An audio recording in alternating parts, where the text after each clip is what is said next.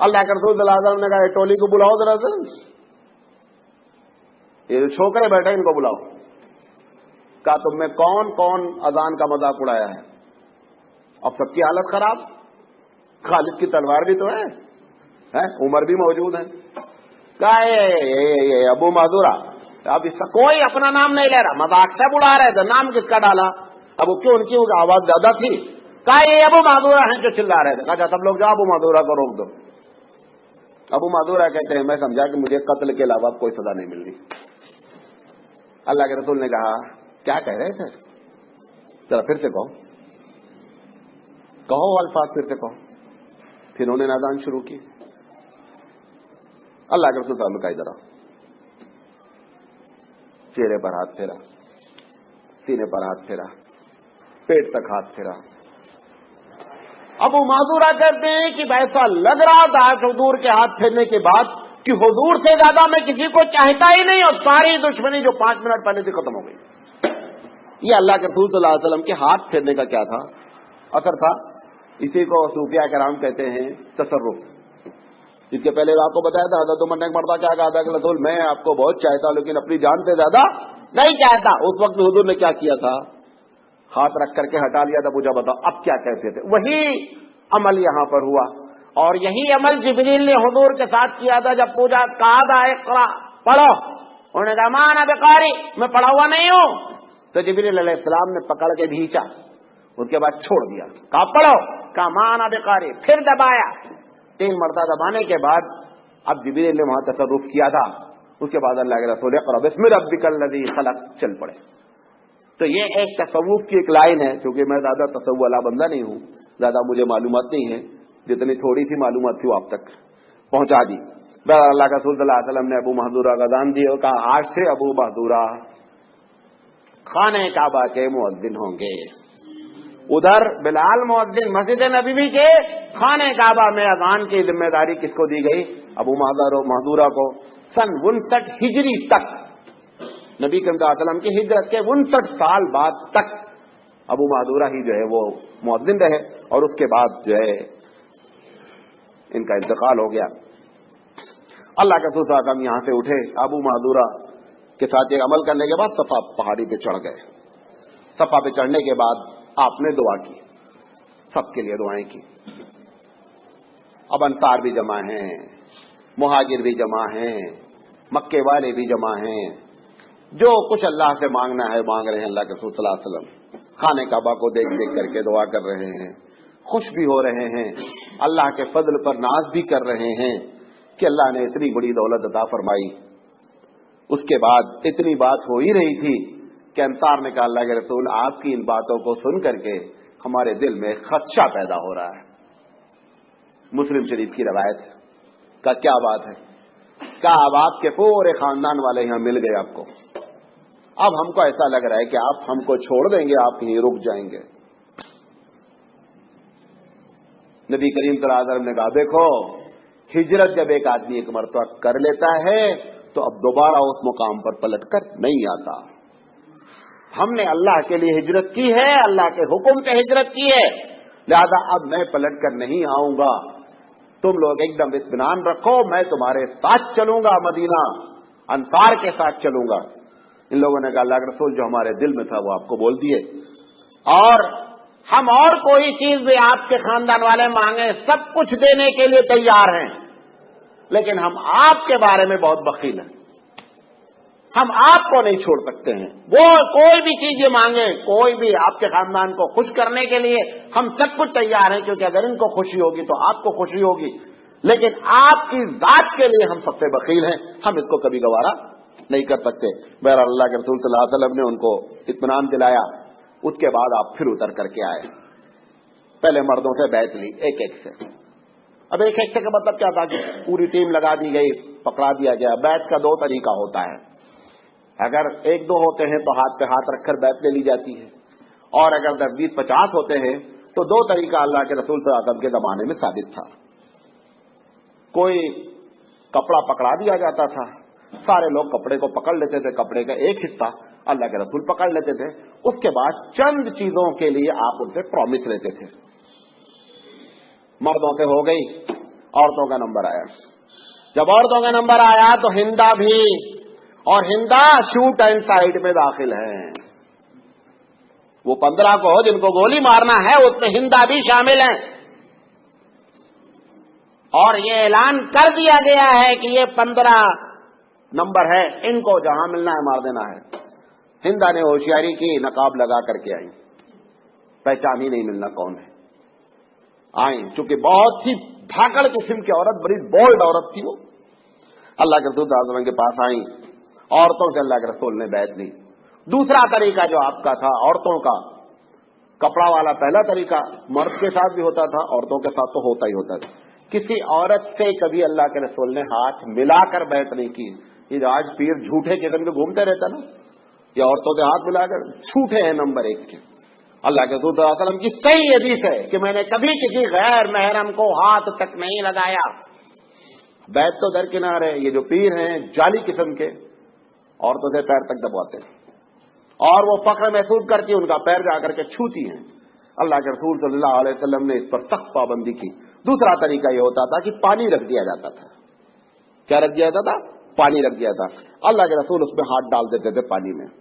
ڈالنے کے بعد اپنا ہاتھ کیا کرتے تھے؟ نکال لیتے تھے. پھر جتنے لوگوں کو بیعت کرنا ہوتا تھا اسی پانی میں ہاتھ ڈال ڈال کر کے بیعت کر لیتا تھا. یہ دوسرا طریقہ ہوتا تھا. بہرحال اللہ کے رسول صلی اللہ علیہ وسلم نے اس پہلے طریقے کو استعمال کیا, کپڑا پکڑا دیا, ساری عورتوں سے بیعت لیا. ہندا نقاب ڈالے ہوئے ہیں, اللہ کے رسول بھی پہچانے نہیں. ہندا نے کہا کہ اللہ کے رسول آپ کس چیز کی بیعت لے رہے ہیں؟ انہوں نے کہا سب سے پہلی شرک نہیں کرو گی. تو ہندا آپ کو بتایا کہ بولڈ عورت ہے. کہا اللہ کے رسول آپ نے مردوں سے جب بیعت لی تھی یہ بات نہیں کہ آپ ہم سے کیوں بیعت لے رہے ہیں صاحب, گھر کے ہم اس کو ماننے کے لیے تیار ہیں. خیر اللہ کے رسول نے کوئی جواب نہیں دیا. اس نے فوراً یہ ایکسپٹ کر لیا کہ آپ کہہ رہے ہیں میں ماننے کے لیے تیار ہوں, لیکن ان کی بیعت میں ہماری بیعت میں یہ ڈفرینس ہو رہا ہے. یہ آپ کو بتا دیں دنیا میں جتنا شرک کا دھندا ہے اس کی سب کی لیڈر عورت ہے. آج بھی یہ جتنی قبروں کی تجارت ہے ان سب میں عورت کا ہاتھ. ابھی عورتیں قبرستان جانا بند کر دیں معاملہ سب اپنے آپ صحیح ہو جائے. ساری تجارت ان کی بنیاد پر ہے. اللہ کے رسول نے مردوں سے لینے میں نہیں کہا, ان سے پہلے کہا شرک نہیں کرو گے. انہوں نے کہا ہم مانتے ہیں. پھر دوسری بات کہی کہ چوری نہیں کرنا. تو انہوں نے کہا اللہ کے رسول لیکن ایک پرابلم ہے. یہ ہندا بول رہی ہے, عورتیں تو سب ہیں, بول لیڈنگ یہ کر رہی ہیں. کا ایک پرابلم ہے, یہ ابو سفیان ہے نا, ان کی جیب سے پیسہ نکال لیتے کبھی کبھی. ابو سفیان کے شوہر ہے نا, کہا کہ ابو سفیان کی جیب سے پیسہ نکال لیتے ہیں, تو کیا یہ اس میں شامل ہے؟ حضور نے فرمایا اگر اپنی ضرورت بھر نکالتی ہو تب کوئی بات نہیں ہے, ضرورت سے زیادہ نکالنا جائز نہیں. اس وقت سے آپ تک یہی فتویٰ ہے. اگر بیوی شوہر کی جیب سے اتنا پیسہ نکالتی ہے جو کہ گھر چلنے میں رکاوٹ ہے, مثال کے طور پر گھر کا خرچہ 5000 ہے, شوہر 4000 دے رہا, نہیں اس کا ہو جانا چاہیے تو میں کہیں کو یہاں کرے وہاں کرے. وہ جان رہی ساری بحث کرنے کے باوجود بھی کہ نہیں چلتی, وہ 1000 ہر مہینہ پھٹ کر نکال لیتی. وہ نکال سکتی ہے گھر چلانے کے لیے. تو حضرت ہندا سے حضور نے فرمایا کہ تم اتنا جو نکال رہے ہو وہ چوری نہیں ہے. پھر آپ نے فرمایا کہ دیکھو زنا نہیں کرنا. تو ہندا کہتی ہیں اللہ کے رسول شریف کون عورت زنا کرتی؟ کوئی زنا نہیں کرتی. اس کے بعد اللہ کے رسول صلی اللہ علیہ وسلم نے فرمایا کسی پر بہتان نہیں لگانا, الزام نہیں لگانا. عورتوں میں یہ بیماریاں زیادہ ہیں. خیر ہندا نے کہا کہ شریف عورتیں, اور آپ فرما رہے ہیں ہم بہتان نہیں لگا. پھر آپ نے فرمایا کہ اپنی اولادوں کو قتل نہیں کرنا.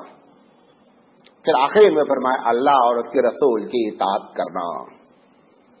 کہا ہم اسی نیت سے آئے ہیں کہ ہم کو آپ کی اور رسول اکرم صلی اللہ علیہ وسلم کے اللہ کے ساتھ آپ کی اطاعت کرنا اگر لازم نہیں ہوتا تو ہم آپ سے بیعت کرنے نہیں آتے. بہرحال یہ کہہ کر کے نبی کریم صلی اللہ علیہ وسلم عورتوں سے بیعت لے چکے.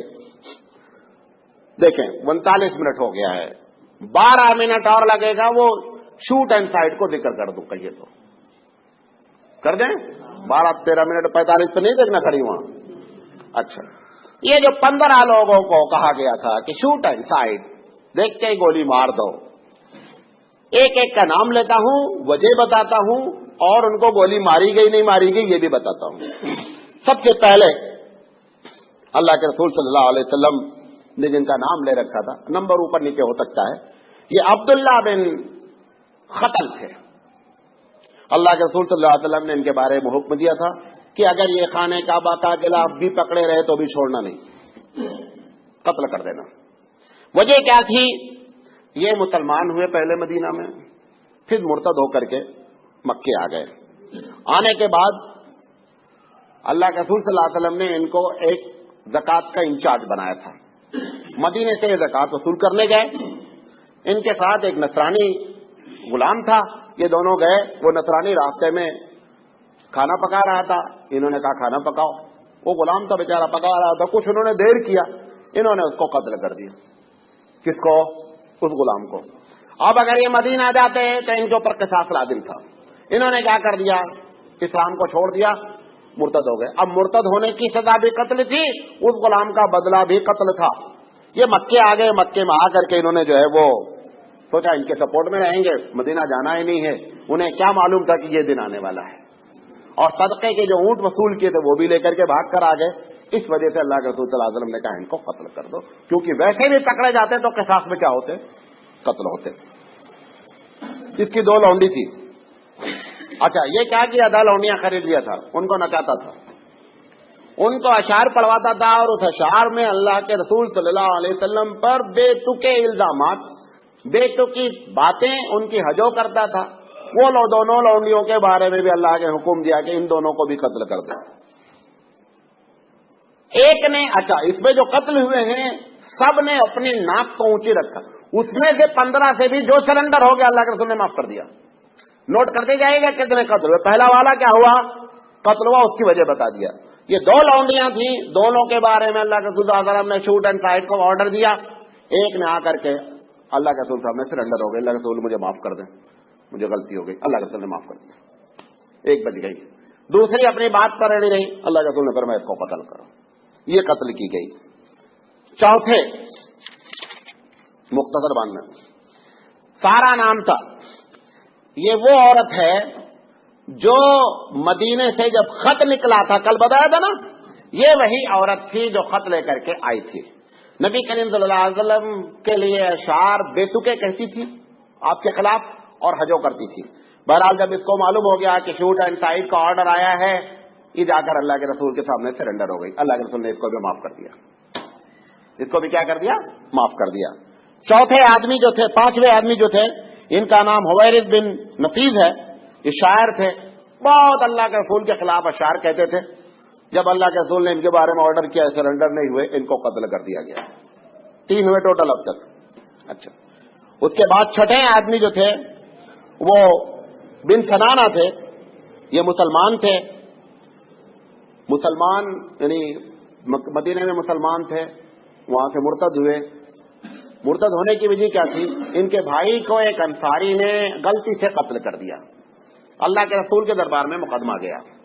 اللہ کے رسول صلی اللہ علیہ وسلم نے کہا کہ انصاری کی غلطی ہے، لہذا بلڈ منی پے کیا جائے، خون بہا دیا جائے. انہوں نے ایکسپٹ کر لیا کہ ٹھیک صاحب 100 اونٹ مجھے دے دیجیے. 100 اونٹ لے لیا. لینے کے بعد کیا کیا؟ اس قاتل کو پھر قتل کر دیا. یعنی بلڈ منی بھی لیا اور لینے کے بعد قاتل کو کیا کر دیا؟ قتل کر دیا. اور قتل کرنے کے بعد وہاں پہ کیا ہے؟ مکہ بھاگ گئے. اللہ کے دلدر میں اگر یہ مل جائے تو اس کو قتل کر دے گا. لہذا اس بنیاد پر یہ بھی کیا ہوا؟ قتل کیا گیا. اس کے بعد عبداللہ بن سعد بن ابی سرہ ہیں، یہ کاتب وحی تھے اللہ کے رسول کے زمانے میں مدینے میں. مرتد ہو گئے. جب یہاں آئے، عثمان رضی اللہ تعالیٰ عنہ کے رشتہ داروں میں سے تھے. عثمان کو پکڑ لیا انہوں نے، کہا میں اپنی غلطی سے اعتراف کرتا ہوں. اللہ کے رسول نے کہا مجھے معاف کر دیں. اللہ کے رسول کے پاس عثمان رضی اللہ تعالیٰ عنہ لے کر کے گئے. اللہ کے رسول صلی اللہ علیہ وسلم سے کہا آپ ان سے بیعت کر لیں. حضور نے ہاتھ بڑھانے میں تأمل کیا. جیسے ہی کہا انہوں نے ویسے ہی آپ نے ہاتھ نہیں بڑھایا، آپ خاموش رہے. اس کے بعد تھوڑی دیر کے بعد آپ نے کیا کیا؟ ہاتھ بڑھایا. بہرحال ہاتھ بڑھانے کے بعد ان کو بھی معاف کر دیا گیا. یہ جو حضرت عثمان رضی اللہ تعالیٰ عنہ کے زمانے میں افریقہ کے جو فاتح ہیں وہ یہی عبداللہ بن سعد ہیں. بعد میں اللہ تعالیٰ نے ان سے بڑا کام لیا. اس کے بعد یہ مصر کے گورنر بھی رہے کچھ دن. اکرمہ بن ابی جہل، ابو جہل کے لڑکے. ابو جہل کے لڑکے نے جب دیکھا کہ معاملہ بہت گرم ہے، ادھر شوٹ اینڈ سائٹ کا آرڈر بھی ہو گیا ہے، انہوں نے کیا کیا؟ مکہ سے فرار ہو گئے اور جا کر کے ساحل پر ایک کشتی کو پکڑا اور سوچا بھاگ جائیں گے. ان کی بیوی مسلمان ہو گئی. آ کر اللہ کے رسول سے کہ اللہ کے رسول آپ اکرمہ کو معاف کر دیں اور میں آپ امان دے دیں, میں اس کو لے کر کے آتی ہوں. اللہ کے رسول نے کہا جاؤ لے بلا لاؤ, اکرمہ کو بلا لاؤ. جب یہ گھر پہنچی تو وہ کیا ہے بھاگ چکے تھے. بہرحال بھاگی بھاگی گئی. بہرحال یہ ساحل پر نکلے ہی تھے, کشتی طوفان کی زد میں آ گئی. تو انہوں نے پکارا بتوں کو, تو اللہ نے کہا کوئی کام نہیں آتے یہاں, یہ جتنے بت تمہارے ہیں وہاں جو رکھے ہو نا, ایک کام نہیں آتے یہاں پر. ایک ہی کام, ایک ہی اللہ ہے جو مدد کرتا ہے. جب انہوں نے جیسے اللہ کا نام لیا اور یہ وعدہ کیا ہے کہ پروردگار عالم اس طوفان سے اگر تو مجھے نجات دے دے, میں محمد صلی اللہ علیہ وسلم کے ہاتھ پر طائب ہوتا ہوں. ابھی بیوی سے ملاقات نہیں ہوئی ہے, میں محمد صلی اللہ علیہ وسلم کے ہاتھ پر جا کر کے اسلام قبول کروں گا, اللہ آپ مدد کیجیے. خیر کشتی جو ہے وہ طوفان سے بچ کر ساحل پر آ گئی. جدھر سے گئی تھی ادھر ہی آ گئی. اب جب ادھر کشتی آ گئی اتنے میں یہاں سے بیوی پہنچ گئی, اور انہوں نے یہ بھی کہا کہ آج معلوم ہو گیا سب جھوٹے ہیں, نمبر 1 کے جتنے وہاں ہم نے رکھے, وہ خانے کعبہ میں ہم نے جتنے رکھے ہیں سب جھوٹے ہیں, کوئی بھی حفاظت نہیں کیا. حفاظت کیا تو کون کیا؟ محمد صلی اللہ علیہ وسلم کے اللہ نے کیا. بہرحال اتنے میں بیوی پہنچ گئی اور ان کو سمجھایا کہ دیکھو میں تمہاری طرف سے امان لے چکی ہوں, آپ چلیے اور چل کر کے جو ہے وہ حضور کے ہاتھ پر اسلام قبول کیجیے. جبریل علیہ السلام نے آ کر اللہ کے رسول کو بتا دیا اکرمہ آ رہے ہیں, کیونکہ اکرمہ کے لیے تو بہت ماحول گرم تھا. اللہ کے رسول صلی اللہ علیہ وسلم صحابہ کو یہ تھا کہ اگر اکرمہ کو دیکھیں گے تو دیکھ کے ہی مار دیں گے, جیسے ابو سفیان کے لیے معاملہ بہت گرم تھا.